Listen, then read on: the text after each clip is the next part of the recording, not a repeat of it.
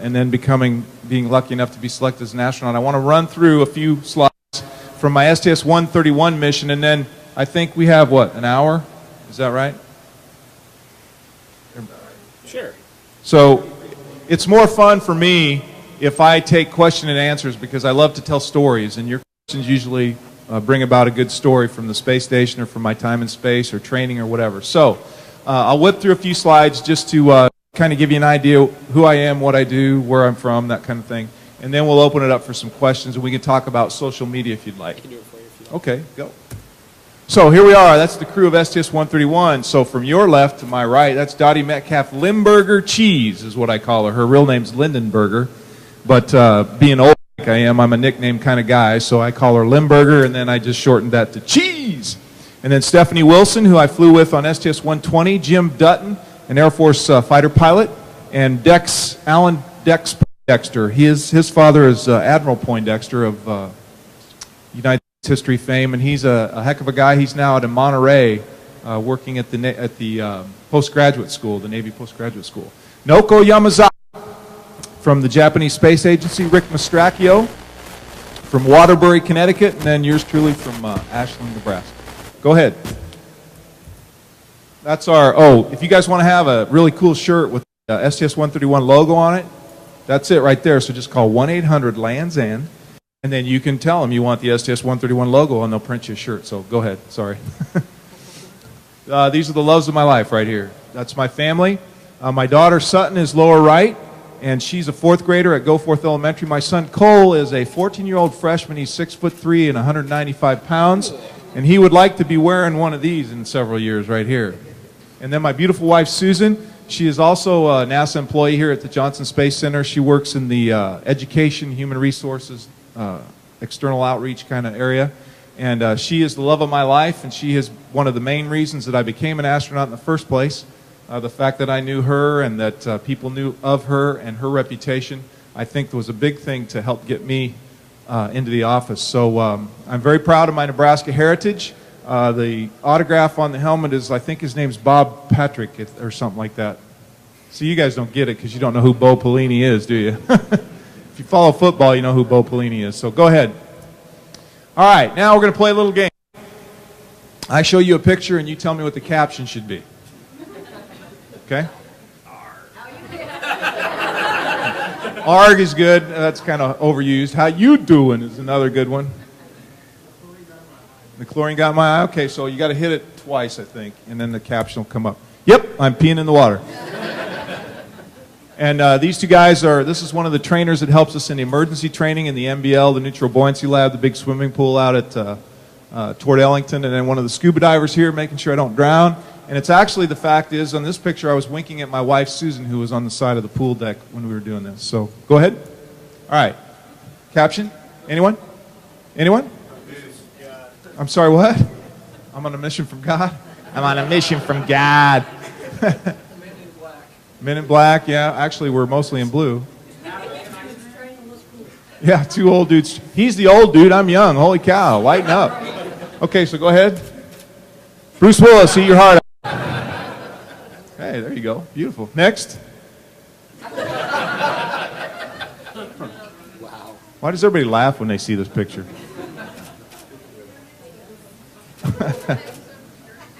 By the way, that's Rick Mastracchio, my EVA partner on STS-131. That's his foot. One step ahead. Yeah, one small step for Rick, one giant push for Clay. And I am in the CO2 absorber compartment of the STS Discovery shuttle, so we were there for a test just to walk through the vehicle, and there was nothing in that bay, so we all got to go in there if we wanted to and stick our head through, but of course I was the only one that wanted to. Okay, hit the button. Mother told me there would be days like this. Oh, wait, you didn't like that? Okay. Well, you didn't give me one that was better, so how about this one? Anyone? Oh, you've heard my presentation, haven't you? Yeah, okay, you need to be quiet the rest of the way. Cheater. Somebody escort her from the room, please. Go ahead. Oh, there's nothing with this one, so sorry. This is just the Discovery if all goes according to plan, this will have been her last night launch. So we launched about 5:40 in the morning the day before Easter. So go ahead, and I think there's a video.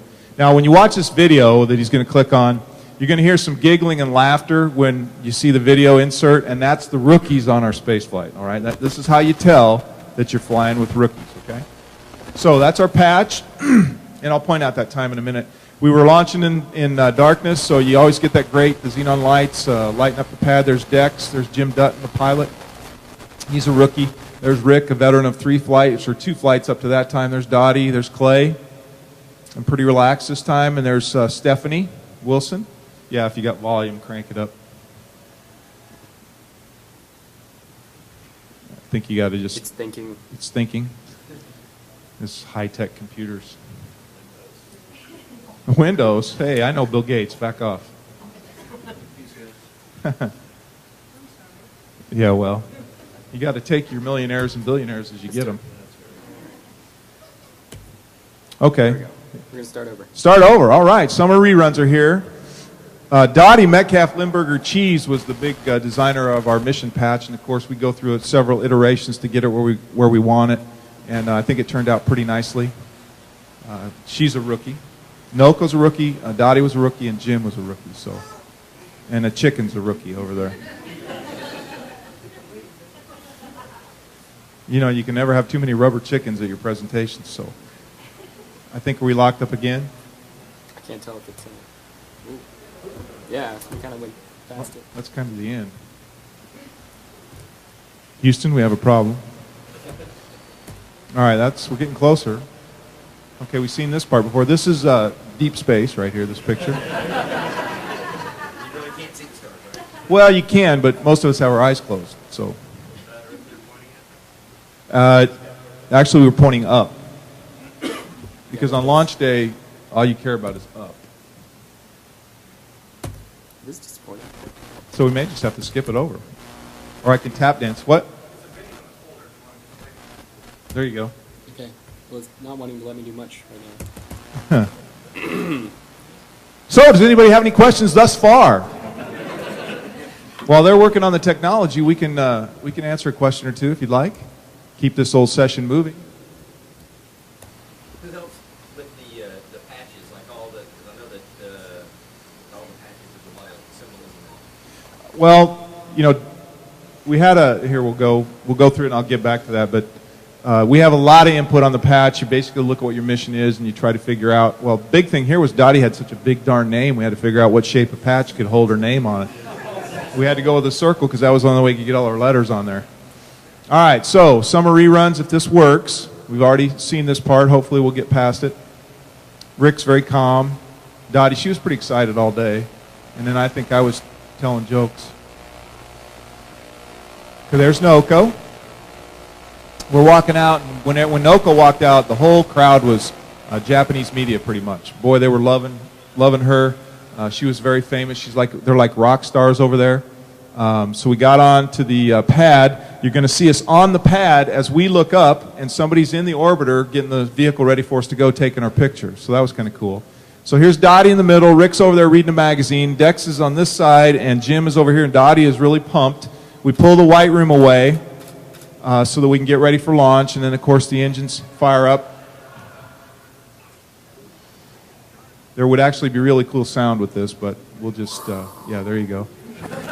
So you're not going to hear how you tell who the rookies are, because they're giggling and laughing, and Jim, every so often, he'll go, oh, gosh. And then Dottie will go, oh, wow, this is so cool. And then Jim will go, oh. And then Dex will say, hey, we're at, 37,000 bazillion miles per hour. And then it was really fun to be with a crew that had 3 rookies on it.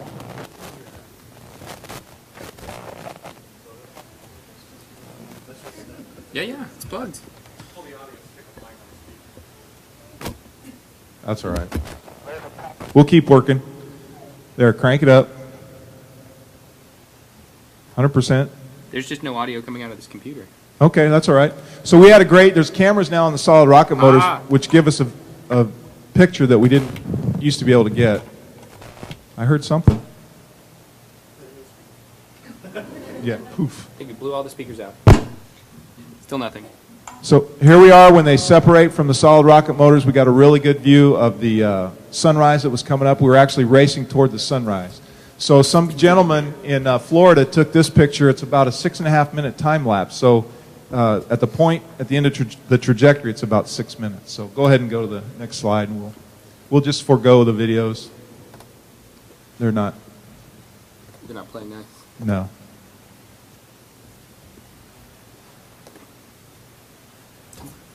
See, I told you they should have let me bring my computer and just do it on mine.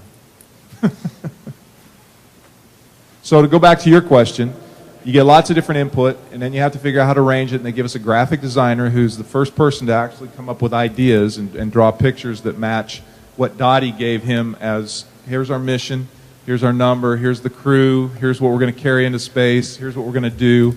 And then we look at various pictures and we decide, well, gosh, it'd really be nice. We didn't have a space station in our patch originally. And so I wanted to have the station in there because that's where I was before and I was going back.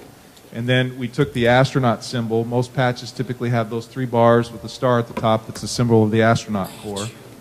Uh-oh. Yeah, we're having fun. So anyway, while he's jacking with all that, we can just do question and answers. So anybody have a question? Comment or cheap shot? Yes. So apparently in the outer space, your body can give fluid and diarrhea is a problem. Where'd you learn that diarrhea was a problem in space? On the internet? We know everything's true on the internet. Started by Al Gore, I believe. Well, what happens is when you go to space, yes, you have no gravity, so the fluid does go to your head. And that's because there's no gravity to pull it and help distribute it through your body. So your brain has to think about it for a while, about what to do. So a lot of times when you see astronauts in the first day or 2 in space, they're kind of puffy in the face. I've never heard that it led to diarrhea. It didn't lead to diarrhea with me. I think the food might lead to diarrhea, but not the fluid shift in your body. Are we back online? We seem to be. We seem to be. Okay, so you can go ahead. There's that really cool picture again. From Space View Park. Another version of a similar shot. Go ahead. So there's Mickey Mouse right down here. And he's watching us go. That one made the Florida Today. Go. There's a heart up at the top. I've had 2 launches in my life, and both times the plume left the shape of a heart, and the NASA photographers captured that heart. So people that, on my family side and my group of fans, they say that's attributed to me. So I'm going to keep it. Go. I took this picture of the station from 40 miles away with an 800-millimeter lens. Not too bad for not having been in space for 3 years when I grabbed that camera. And that's where we're headed. So you get a really good look at this big dragonfly. It's very cool to see where you're going. Go ahead. Here's me in the window. Dex, the commander, told me that I needed to get in the window and wave when we did the RPM. We roll around and do 360 spins so that they can take pictures of the shuttle and the tiles and things. Well, he didn't say I couldn't bring my Nebraska hat and stick it in the window. So this was a big hit in the Omaha World Herald and Lincoln Journal-Star on Rendezvous Day when they got a shot of this picture. So go ahead. There's lunch. What? That is peanut butter, right? And this does cause diarrhea. This is a fluid shift tortilla right there. So here I am coming out of the hatch on, this is spacewalk number 2 for Rick and I on that. I did 3 when I went up the first time and got to do 3 more. I had already done 1 with Rick when I was on the space station, so I ended up doing 4 with him, which was really cool. Go ahead. Here's proof positive that I was indeed in space. He had me pop my visor up in a dark pass, and he took my photo. Go ahead. Here I am. You get a great, if you think about it, you get a great idea about how big the station is, because the solar array behind me is on the outer edge of the station. This is the back end of the payload bay of the orbiter with the camera that's back there. And so in the next shot, when he moves the slide, you're going to get a better idea of how big all this stuff is. So Rick's on the right, Clay's on the left, and that big white box in the middle is an ammonia tank, and it weighs about 1,800 pounds. We unscrewed 4 bolts, then I grabbed it, and I lifted it up with Rick's help, and then I turned and handed it to the robotic arm, and the arm grabbed it and moved it over toward the station. So here's another shot of us. Rick is on the left, Clay's on the right. We had to crawl under the station. We had to put in a couple of pieces of hardware that were going to help steady the radiators that rotate behind the back side. But this is just a pretty picture because of the atmosphere and the limb of the Earth. Go ahead. There's a little advertisement for the University of Nebraska. Cornhusker football team. Okay, if this video works, that's grease out of the cupola. The cupola came the mission before we got there. So we were very excited that we were going to get to use the cupola. I did not have the cupola, obviously, during my long duration mission in space. That window in the middle is twice to 3 times as big as any window that I had when I was on board the station. And you can look through the cupola, which is like a bowl. You can look from one horizon to the other horizon. You can cover about a distance of 3,000 miles with your eyeballs. So let's see what it looks like. Can you see? Okay. So we're going to sail in, and this is at night. We're coming up on Houston here.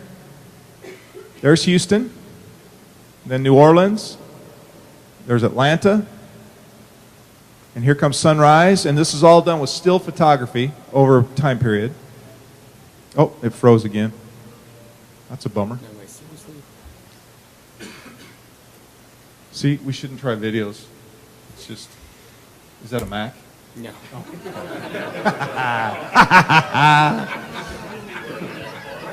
It'd work if it was. Yeah, okay, all right. All right. So one of the things we did, or I like to do, is I played, and again, with rookies on the crew, it was really fun for me, having lived in space for 5 months before.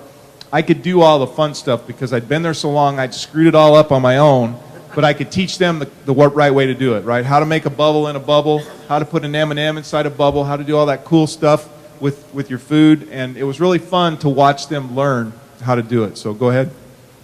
That's Ricky Mouse. He was our mascot. We actually took live mice, and Ricky Mouse was a lot cleaner than all the live mice. Go ahead.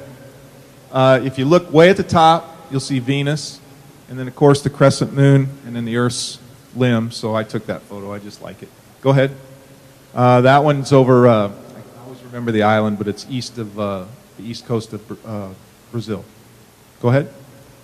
The aurora. Yeah, that's pretty cool, isn't it? Go again. There's the Milky Way. And the next one's the best picture of the Milky Way. This is like National Geographic stuff, I think. Dex, the commander's a professional photographer on the side. He says he's an amateur, but he's really a pro. And he took this picture with a 4-second exposure on a Nikon D2S. Go. Here's Clay and Rick spending your tax dollars wisely.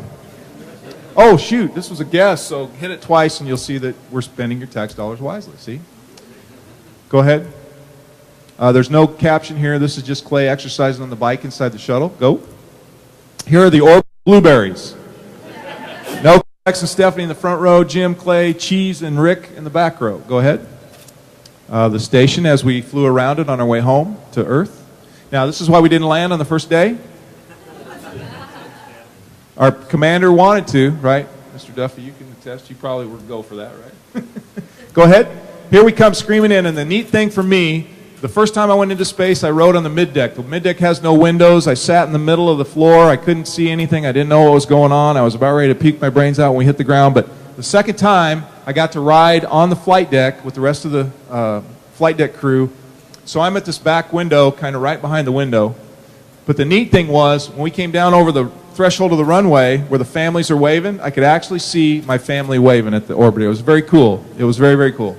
And it was, you know, pretty special for me because I hadn't gotten to do that before. Go ahead.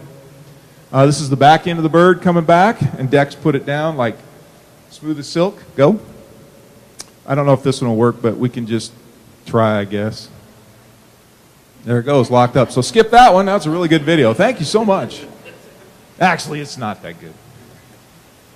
And here's our last caption contest. Anyone?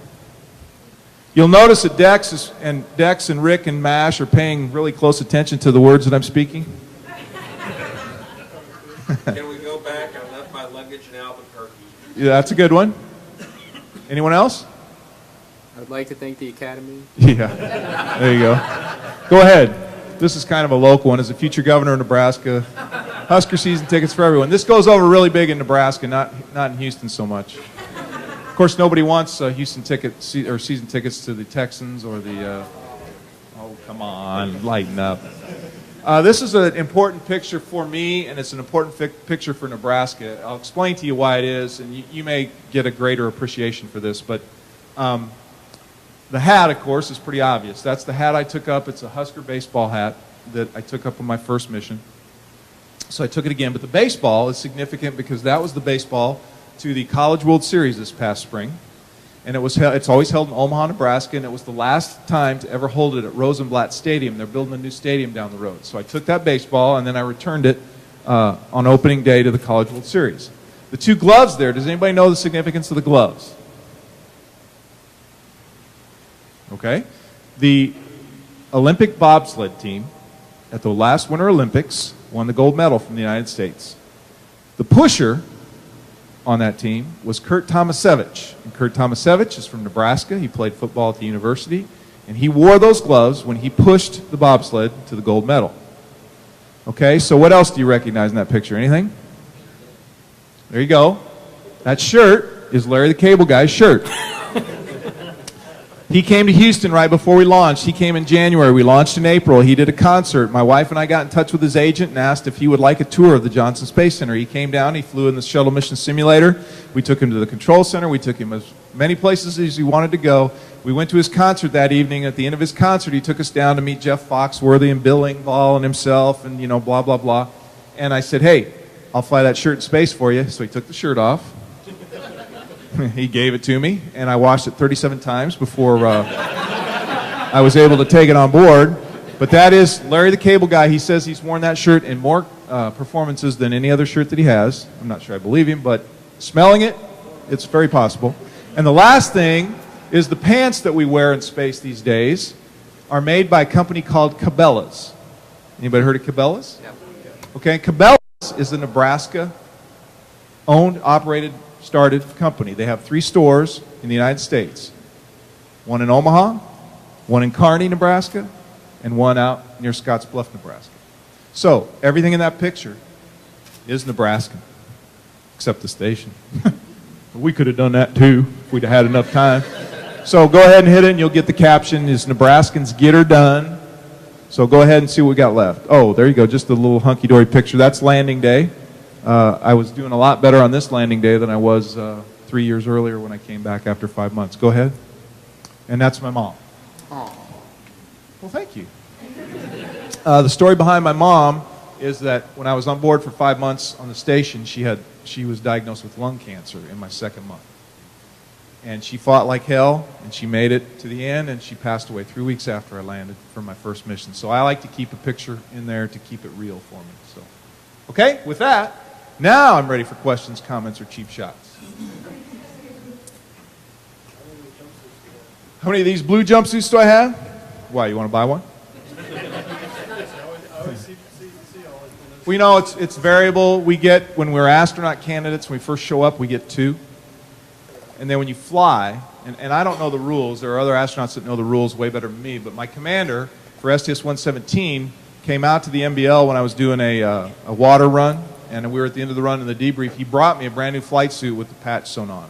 And this is not the one, but then when Poindexter, when I went on STS-131, he did the same thing. So, you know, if you wear them out, and a lot of the guys that fly a lot, the shoulders get really yellow from the UV rays and stuff, and it's kind of a badge of honor to have the most gross, yellowed, worn out, beat up, but it's soft as a baby's bare behind once you've worn it 50,000 times. Yes?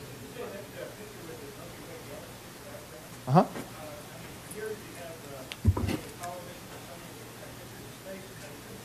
Right. Well, it's really hard to take pictures like that, even on the station too. This was on the shuttle we took that, because it's easier to get the shuttle dark. Because you can put stuff up and cover the lights and cover the windows, and he can make an exposure that's 4 seconds looking out at the Milky Way. The station is really hard because all the windows look at the ground. There are a couple windows that allow you to look to the side, so you can see the horizon very similarly to how we did it. But I could never we didn't have the cameras that could do it at that time, and we also didn't have the ability to turn the lights down low enough. Yeah, if you shut all the power off to the station, that's really not good to do. Yes, Wayne? On the, as many spacewalks as you had to do. There you go, okay. The many spacewalks as you had to do, they say the gloves are really hard on the fingers. Can you explain at all about the new suits that are being developed, how much they're going to be different than the ones that you had to use and how much better? Well, unfortunately, I don't know a lot about the new suits they're doing. the gloves that have been in use since I began as an astronaut candidate and progressed to a flown spacewalking astronaut are basically the same. Well, the only thing that's really changed is the outer palm part because we were cutting those gloves. As a matter of fact, on STS-118, on my second spacewalk, Rick's third, he got a hole in his glove. And he got a hole in his glove because he caught something sharp, and they made him climb back in the airlock at about 5 hours and 20 minutes. So we had to cut our EVA about an hour and a half short because he had a hole in his glove. Well, that led to a redesign of the palm part of the glove to make it thicker and stronger so that you wouldn't cut it. Because if you cut through enough layers, right, you're going to get to the part that goes psss, and that's not good to get there. So I don't know. When you put on a glove, you're at about 4 pounds of pressure. So imagine yourself squeezing on an EVA for 6.5 hours and operating everything with your hands and fingers and squeezing against that 4 pounds of pressure every time you move your hand. It can get tough, and I've got one fingernail bed that's kind of dorked up because of that. Some guys, they really chew their hands up. Yes? Could I tell me about my mission and the stuff I do? Well, when I spent 5 months on board, I was an EVA guy. I flew the robotic arm. I was the science officer. I was the medical officer. I was the only USA guy on there with 2 Russians, so I did everything in the U.S. segment. When I went on STS-131, I had less responsibility specifically except doing 3 spacewalks. I flew on the flight deck coming home, which meant I had things to do there. But what Dex, the commander, did was he used me and my experience as a jack of all trades. I could help everyone. You know, with 3 rookies on board, you don't know how they're going to do.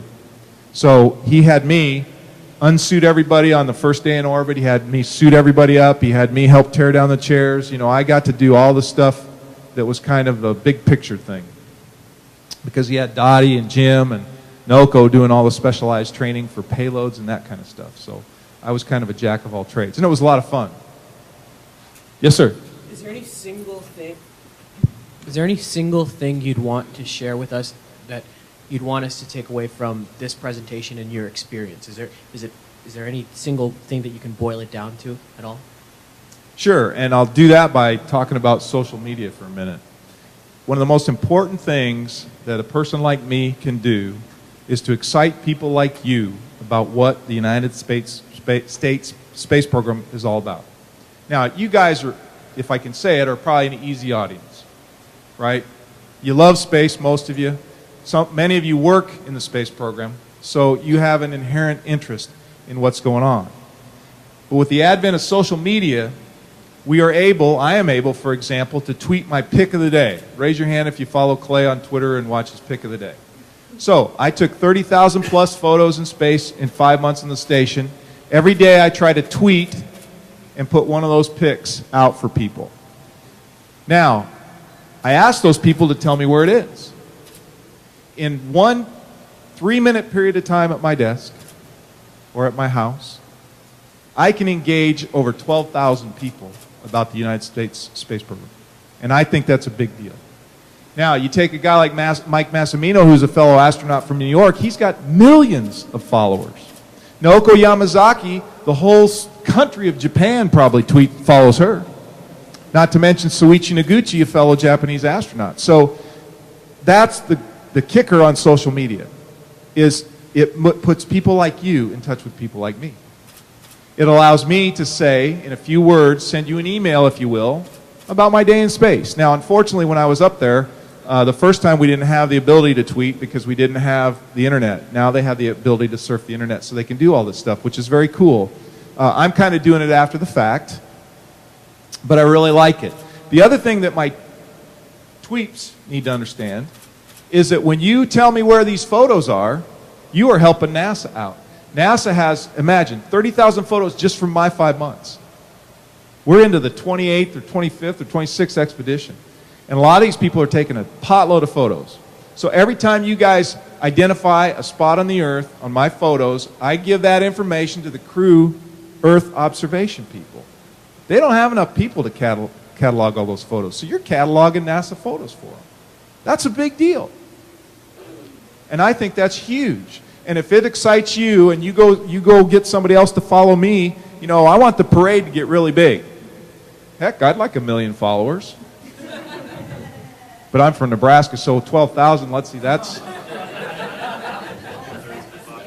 Thank you, Bates up. I think that's South Dakota, Iowa, Kansas, and Nebraska is 12,000. And most of them are related to me. What? Mike Massimino has less than the population of Manhattan following him, and he's from New York. So you're doing pretty good. Oh, good. Well, ratio it. I need to tweet that ratio thing. You know, I need to do a statistical analysis. But you know, There's 1 million people in Manhattan alone. so if I go back to his original question, what I want people to know from my mission is what I do there is important for you, right? Everything we do to send astronauts into space has a payback to the people on Earth. When Apollo did its thing and spent all that tax dollars and did all those cool things, the payback, I hear different numbers, but I like to use the number, was about 7 to 1. $7 payback for every dollar invested. But the problem is it takes a long time to realize that investment. And Americans are really impatient these days. Oh, damn, my phone doesn't work. Psst, buy a new phone. Oh, Blu-ray. Got a new Blu-ray player. Throw away the DVD player. Throw away the VCR player, which I still have 2 VCR players, by the way. But you see what I mean? You have to be patient. And we're not good at NASA because we're government. We're not really allowed to advertise. So the things that we do, we have to do in the proper fashion, right? We can't tell you that the tires on the shuttle are made by Michelin. We can't tell you that we're eating Hunt's chocolate pudding on board the station. We can't even call them M&Ms for criminy. We have to call them candy-coated chocolate, right? But they're M&Ms. Every one of you guys eats space food, right? So that's kind of a long-winded answer, but that's how the social media thing is so important these days. But it's easy to get in trouble in social media, right? You got to be careful. I probably already cut the back end of my bridge off several times. Yes, ma'am. Well, enough to send followers because a lot of times what I'm finding when I'm going to conferences about NASA that I'm attending, right now they don't even know that Scott Kelly on the station, he's having a contest where he's taking a picture and people tweet back what they think it is, and if they guess right, then when he lands, they're going to get that picture autographed by him. By the way, where do you as think a he got prize. that idea? He's not the only astronaut that does Picture that. of the day. Right. But yeah, but see, that's the problem is, you know, we're a They just government don't agency. know. We got to learn. We have to learn to be better, right? But we can't be like Fox News or CNN or I don't know, Turner News Network or whatever the heck is out there. We can't be that way because we're not allowed. And so I want everybody to know that. You know, if you find these cool sites, these cool tweets, you need to ship them out to all the people you know. You need to let them know that Scott Kelly, if you find out where his picture is, you get an autographed picture when he comes back to Earth. You need to find out if Leland Melvin, the former astronaut who's the education lead now for NASA, is speaking at Podunk High School. You need, you know, if people are in Podunk that you know, you need to let them know that he's there, right? But that you can do that a lot more effectively than we can. Right? Because we're very limited with our base of people that pay attention to what we do. We want to make it bigger, of course. Yes, ma'am. So, you tweeted a couple times that you're now grounded and you're not going to fly again. What are you going to do? Are you going to leave NASA, or are you going to stick around and try and inspire us more and try and keep us coming? Well, first of all, I don't like to be said I'm grounded. I just probably won't be flying again. Yeah, I know. Yeah, I know. See, you remember when I said I cut my back end off? Yeah. What am I going to be doing now? I have 3 years till I can retire from the federal government, so I don't really know. I'm still in the astronaut office. I'm still doing projects for them, trying to help the station guys solve problems that they have, that they come up with. You know, they bring the problem down to the ground, and we work, and we try to develop new procedures or new tools or new pieces of hardware and figure out how we can help them succeed. And that's what I did before I got to fly. It's just a heck of a lot more fun to fly. So I'm basically driving a desk right now for the foreseeable future until something else comes along. You know, we'll just have to see. But I love doing this part. If I could run public affairs, I would love to run public affairs. I just like being out with people. That's what I think I'm good at. Yes? Following up on previous question, maybe in a larger sense, what are the astronauts going to do? I mean, if there's no shuttle and Orion seems to be in jeopardy, what's the plan for the next 5 or 10 years? Well, you have to ask somebody that makes more money than me, but here's what I'll tell you. There's a line of astronauts training to fly and live on board the space station. Right? They're gainfully employed just like I was. And they're looking forward to it. They're working their butts off. And they want to get into space and they want to enjoy the opportunity to live on the space station. Now, the shuttle guys, I don't know. Some of them are getting in line for station training. Not all, but some. Some of the astronauts that I came on board with in 1998, 1996 was a class ahead of me. Some of those guys are starting to move out and do other things at other places. For example, Dex, Alan Poindexter found an opportunity at the Naval Postgraduate School that was really good for he and his family. And so he made that move because he chose not to fly on the station. So a lot of astronauts are asking themselves now that question, do I want to fly on station? Am I capable of flying on station? Because you have to meet medical requirements for long duration that are different than those astronauts that fly short duration. So many of them are going through the medical tests to find out if they're even qualified to do it. If they are, they'll begin to take Russian language and all the things that are associated with that. And those things are not doable by all, right? I mean, to speak Russian is a formidable task. And some people have it and some people don't. So we'll just see. You have to ask each one individually to get the real answer. Yes, sir. This question may be a little bit selfish, but it has something to do with the cupola. Many years ago, I was involved in the development of the space vision system. SVS, the black and white dots. Yep. And I did see it also used inside the cupola. I see the array of monitors were moved into the cupola, I think, at one point. Yeah, there is a set of robotic workstation monitors in the cupola, yes. Oh, it is there permanently now? It's moved? Well, they're semi-permanent. Or they move it into there? Yeah, they're portable, but they're in there for the near future. Okay. I was just wondering what had happened to that system. It was still in use. Well, it wouldn't be really needed anymore because there's no more assembly. Well, and even, no offense, sir, thanks for your hard work, but in the time I've been an astronaut, it's never been really used. Okay. And I don't know, there are others that will be able to tell you exactly why, but I don't know the answer. And imagine with the cupola, would have been less use for it if the cupola had been up there earlier. Well, yeah, the cupola gives you such great views, but see, now they're talking about taking the cupola from where it is and moving it, and we don't want them to do that because we really like where it's located now. And the crew office says it's got to be nadir, facing the Earth, and we really like it on the bottom of Node 3, but if somebody says we have to move it, Node 1 on the bottom would be okay. It's not as good as Node 3, but we really like it on the bottom where you can see. And you can see a good portion of the space station from there, or you probably get a better view of the No, space you can see a lot, and when the orbiter's docked, I mean, it's the most fantastic view of the orbiter hanging there that you've ever seen in your life. I mean, it's amazing. You can't describe it. The pictures don't do it justice, but it is fantastic. Yes, sir. If I remember correctly, didn't you release the ammonia? I don't know what it was called the EAS, the Early Ammonia Servicer, which was a 1,600 pound tank of ammonia that was never used, but was deemed disposable after we brought up those big white ammonia tanks you saw in the back end of the shuttle. So now those tanks have the ammonia. We didn't need the EAS, so I got to get on the front of the arm, and Oleg Kotov was the first Russian in the history of the world of space to fly the Canadian robotic arm all by himself. He flew me upside down and out in front of the station after the station had totally turned around 180 degrees to fly backwards. So now I'm upside down on the end of the arm, flying backwards, can't see anything except the horizon of the Earth and deep space. And they tell me, you got to throw this away. It's 1,600 pounds. You have to throw it away with at least a velocity of X. Don't screw it up. So we practiced for months on an air hockey table in Building 9 at the Johnson Space Center, where I'd lay on my side in an EVA suit, and let me tell you, it was not comfortable. But I had to grab this thing and I had to throw it away over and over again and practice the technique. And we had this long, drawn-out, complex technique where I had to rock back, and then I had to tell NASA, okay, I'm rocking forward, rocking forward, rocking forward, pass vertical, patience, patience, patience, patience, jettison!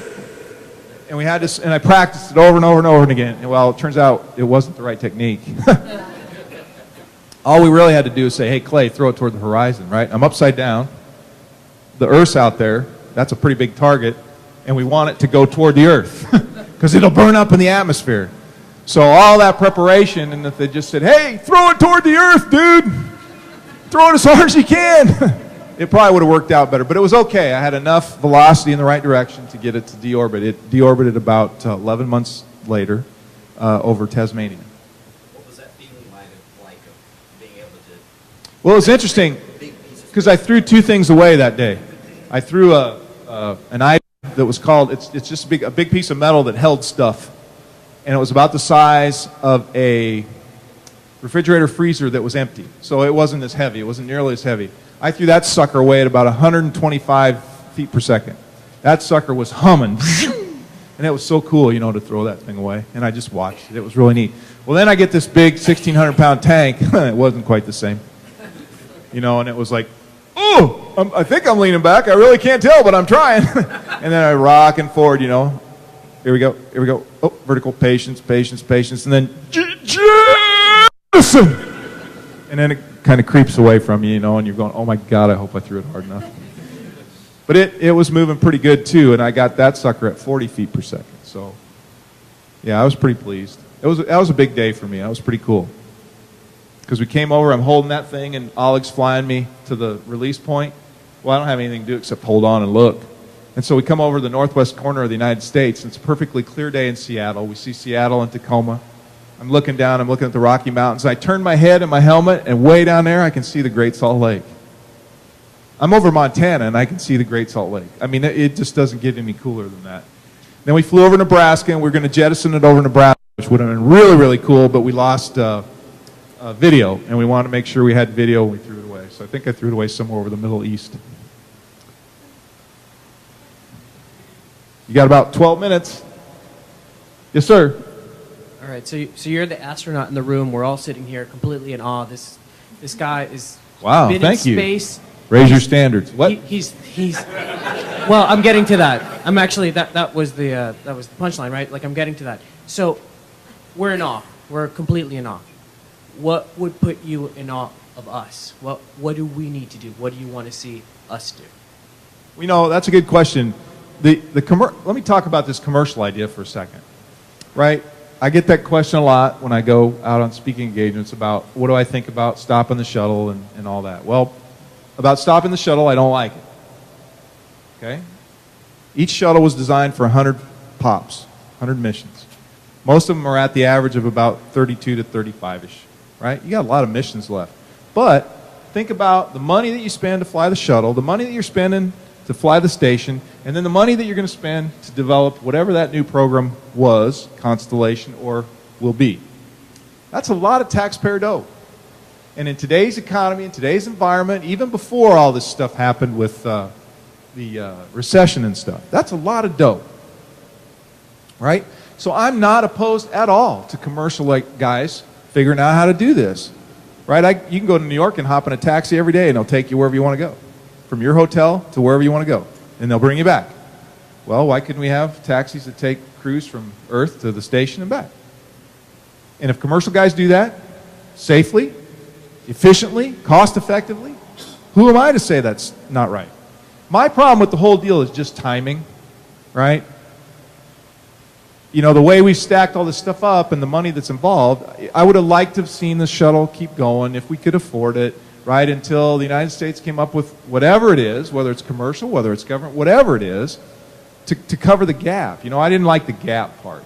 I don't like the part that we have to pay $51, it's soon to go to $56 million to the Russians to fly a single United States astronaut to the station. However, that's all there is. Pragmatically, that's all there is. So that's what we're going to do. But if, you know, I don't make the kind of money and I'm not in position to make those decisions. So I would like to have seen that gap closed or eliminated, and now I'm just not sure whether the gap will be the same or longer or shorter. That's up to the commercial guys to help figure out. Now, in the future, do I want to go to Mars or the Moon or an asteroid? Personally, this is Clay talking. This is not NASA talking. I'd still like to go back to the Moon and build a lunar base and figure out how we go to Mars from there. I don't think we can go to Mars now. We don't have the propulsion capability. We don't know how to get there fast enough, and that's a long haul. And if I'm going to Mars and take 6 to 9 months to get there, I want my spaceship to be at least 3 space station modules big. That's what I want. Nobody's going to ask me, but that's what I want. I want a place to sleep and play and exercise. I want a place to do something useful like science or whatever it is.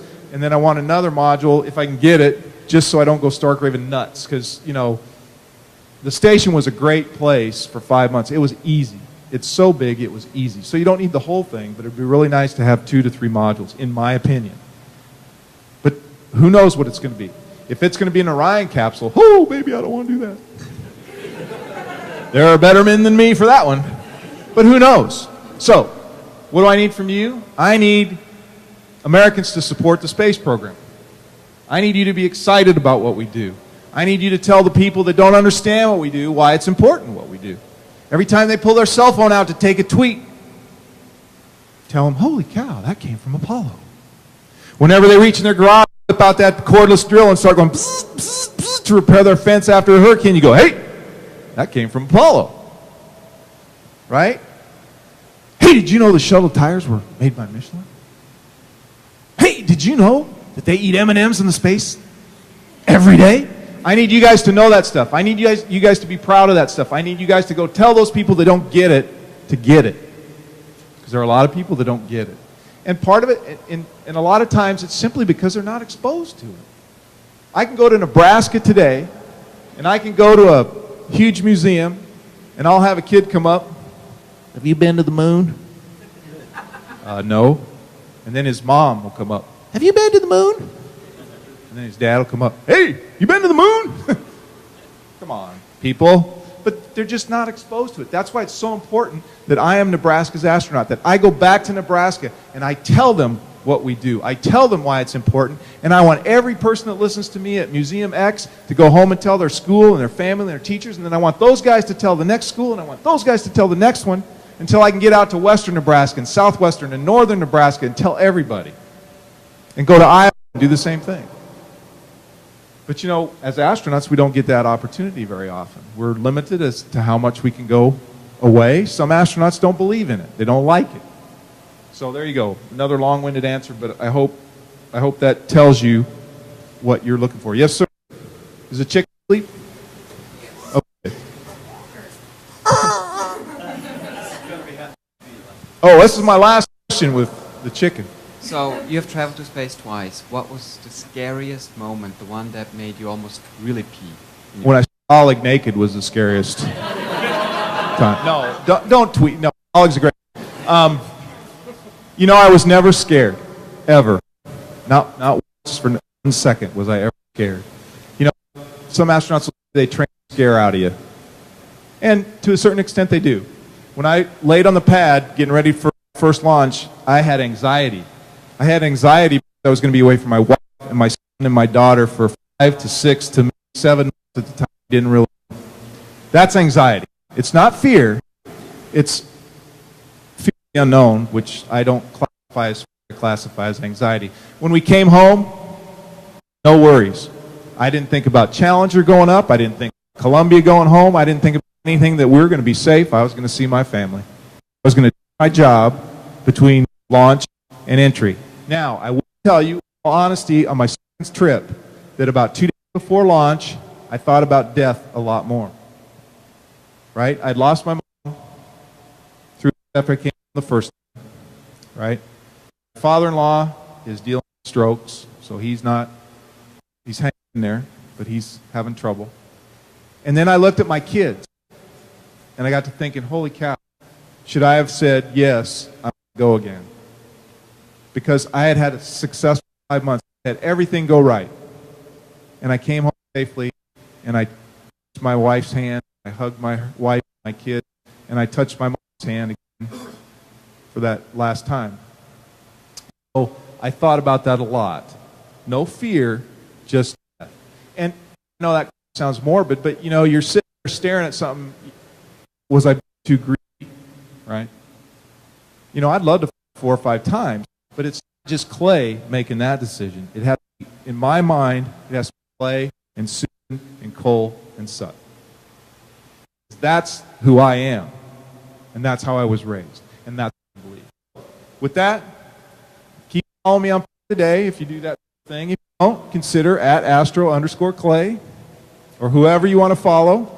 Have a great time while you do your thing here. You're going to hear really cool stuff about the commercialization of space, and it's been a pleasure to be here. Thank you so much.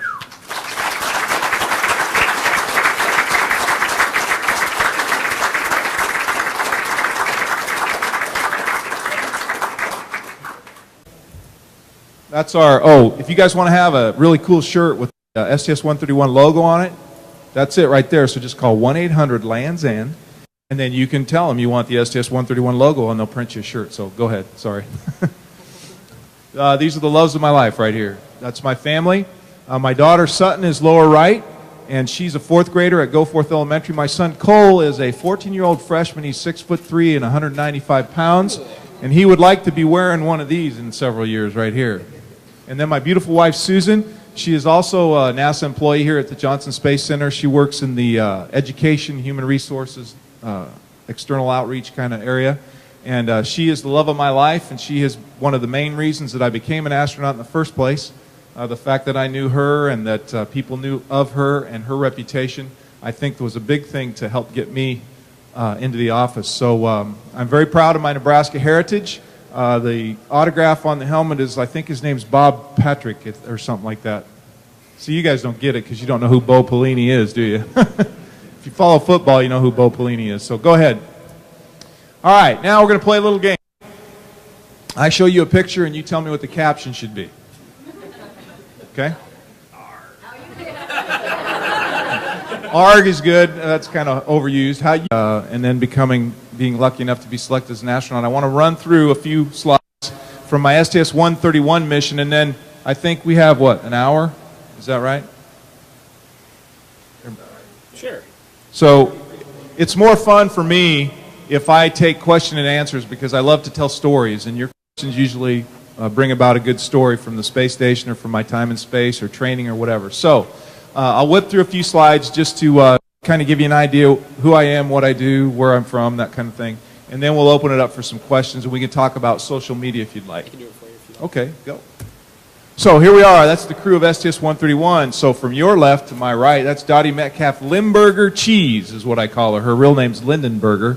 But being old like I am, I'm a nickname kind of guy, so I call her Limburger, and then I just shortened that to Cheese. And then Stephanie Wilson, who I flew with on STS-120, Jim Dutton, an Air Force fighter pilot, and Alan Dex Poindexter. His father is Admiral Poindexter of United States history fame, and he's a heck of a guy. He's now out in Monterey working at the postgraduate school, the Navy postgraduate school. Noko Yamazaki from the Japanese Space Agency, Rick Mastracchio from Waterbury, Connecticut, and then yours truly from Ashland, Nebraska. Go ahead. You doing is another good one. The chlorine got in my eye? Okay, so you got to hit it twice, I think, and then the caption will come up. Yep, I'm peeing in the water. And these two guys this is one of the trainers that helps us in the emergency training in the MBL, the Neutral Buoyancy Lab, the big swimming pool out at Toward Ellington, and then one of the scuba divers here making sure I don't drown. And it's actually, the fact is, on this picture I was winking at my wife Susan, who was on the side of the pool deck when we were doing this. So go ahead. All right. Caption? Anyone? Anyone? I'm sorry, what? I'm on a mission from God? I'm on a mission from God. Men in Black. Men in Black, yeah. Actually, we're mostly in blue. Yeah, two old dudes. He's the old dude. I'm young. Holy cow. Lighten up. Okay, so go ahead. Bruce Willis, eat your heart out. Hey, there you go. Beautiful. Next. Wow. Why does everybody laugh when they see this picture?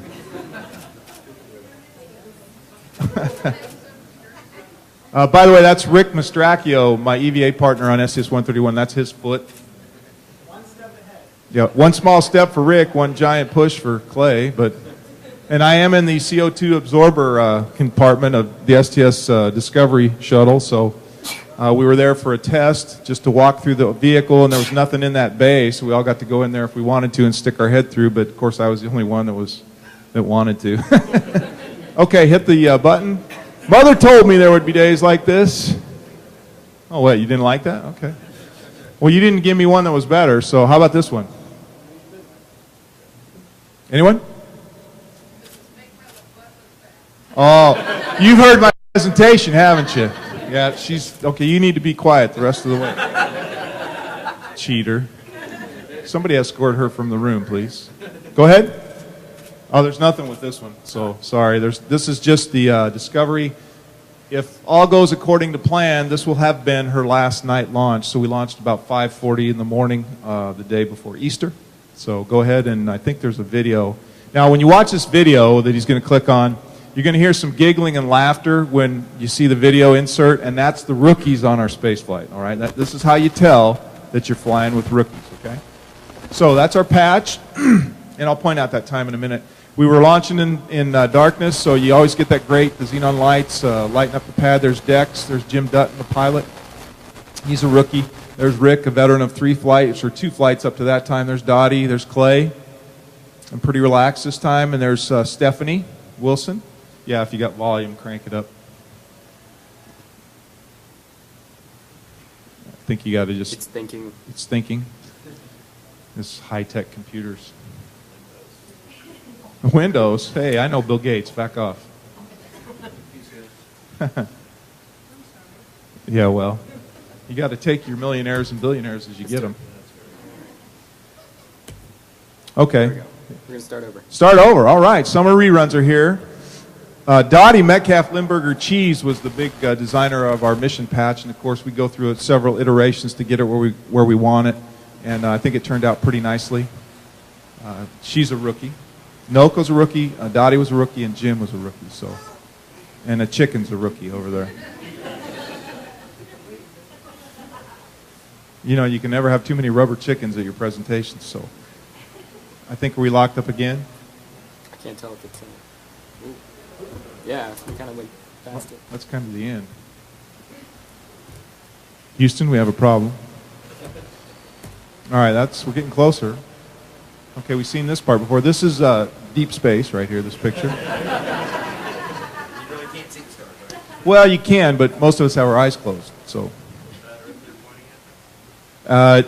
actually, we're pointing up.